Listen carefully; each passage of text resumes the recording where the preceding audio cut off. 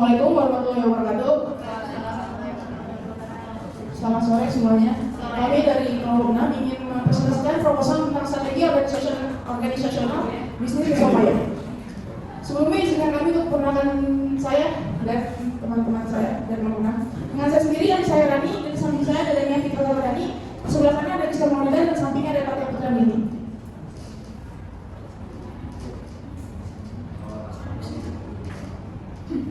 Yang pertama dari visi kita itu menjadikan brand Risol Mayo terdepan yang dikenal karena kelezatan, kualitas, inovasi, serta mampu menjadi pilihan utama cadangan kekinian yang praktis dan dapat dinikmati oleh seluruh kalangan di berbagai momen. Misi kita itu menghadirkan produk Risol Mayo berkualitas tinggi serta menjadikan konsistensi rasa di setiap proses produksi. Yang kedua itu mendorong pertumbuhan bisnis yang berkelanjutan dengan memperhatikan efisiensi biaya, kualitas layanan, serta peluang ekspansi ke pasar yang besar. Yang ketiga memberikan pelayanan yang ramah, cepat, dan berorientasi pada kepuasan pelanggan.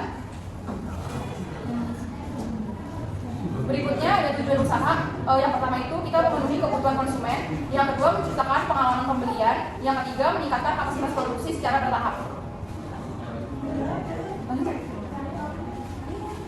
Berikutnya ada kunci keberhasilan usaha. Yang pertama ada kualitas produk yang konsisten, yaitu menggunakan bahan baku yang terbaik dan memastikan standar kebersihan sehingga setiap Risol Mayo memiliki rasa dan tekstur yang sama. Terus yang kedua ada sistem organisasi yang efektif dan terstruktur. Yang ketiga ada pelayanan pelangganan yang prima, respon cepat, serta penanganan keluhan yang profesional. Berikutnya ada gambaran perusahaan atau company. Yang pertama kepemilikan usaha. Usaha Risol Mayo ini menggunakan bentuk kepemilikan kelompok, di mana seluruh aktivitas bisnis ini di bawah tanggung jawab pemilik secara langsung. Yang kedua ada gambaran awal usaha. Usaha ini bermula dari produksi skala rumahan dengan mengandalkan bahan baku segar dan resep yang telah diuji untuk menghasilkan rasa yang konsisten. Yang berikutnya ada lokasi usaha. Lokasi usaha kita itu berada di kawasan pemukiman yang mudah dijangkau oleh konsumen. Detail lokasi usahanya itu berada di Jalan Selayang Raya, Gang Citra 8, Kecamatan Pancoran Mas, Kelurahan Depok, Kabupaten Bogor. Berikutnya ada fasilitas produksi yang tersedia meliputi ruang dapur produksi, freezer dan kulkas, area pengemasan. Yang keempat ada perlengkapan sanitasi.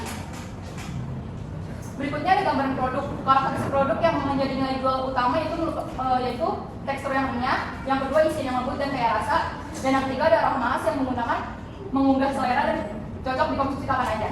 Varian yang tersedia itu kita ada Risol Mayo original sama Risol Mayo keju. Selanjutnya ada gambaran persaingan.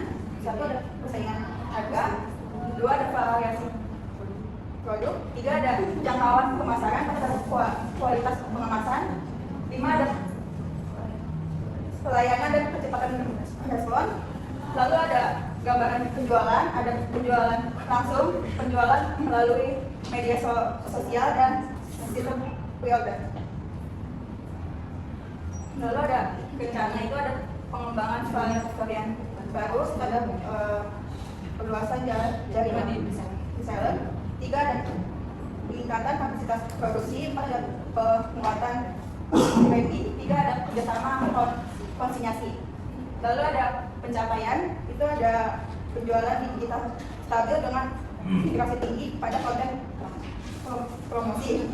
Dua ada produk frozen food mendapat respon positif, terutama bagi pelanggan yang ingin stok makanan praktis di rumah. Mendapat banyak ulasan positif terkait rasa, tekstur, dan kebersihan. Lalu ada teknologi itu ada mixer, kulkas, press dan kemasan. Dua ada teknologi pemasaran itu menggunakan smartphone dan aplikasi editing. Tiga itu ada platform itu menggunakan Instagram dan WhatsApp bisnis. Tiga teknologi manajemen pesanan. Produknya itu satu pengembangan brand secara profesional dan menjadikan Risol Mayo sebagai brand cemilan yang memiliki identitas kuat dan mudah dikenali masyarakat luas. Dua ada verifikasi produknya itu ada Risol Mayo manis dan paket frozen friendly size. Tiga bergabung dengan paket besar itu ada Sofi Food, GoFood dan Food dan ada Tokopedia. Segmentasi pasar Risomayo berfokus pada konsumen yang membutuhkan kemudahan praktis, enak dan terjangkau. Target utamanya adalah pelajar, mahasiswa, pekerja yang mencari makan ringan untuk menemani aktivitas sehari-hari. Selanjutnya ada strategi STB atau segmentasi, targeting, dan positioning. Pertama ada segmentasi. Segmentasi pasar Risomayo dibentuk dengan mempertimbangkan kebutuhan, pola pembelian, dan tingkat sensitivitas target konsumen sehingga strategi pemasaran dapat dirancang lebih terarah dan efektif. Selanjutnya ada targeting. Targetingnya ini yang tadi pelajar dan mahasiswa, terus pekerja kantoran, ibu rumah tangga, penyelenggara acara pemanasan, dan penggunaan media sosial. Positioning kita yaitu Risomayo kekinian, kenyang, higienis, dan praktis. Dibuat dari bahan segar dengan rasa khas yang cocok untuk segala acara dan momen sehari-hari. Selanjutnya ada analisis usaha, ada penguatan kualitas rasa konsisten berkat penggunaan bahan segar. Terus ada produk dampak dipasarkan dalam dua bentuk, ada fresh fried dan frozen.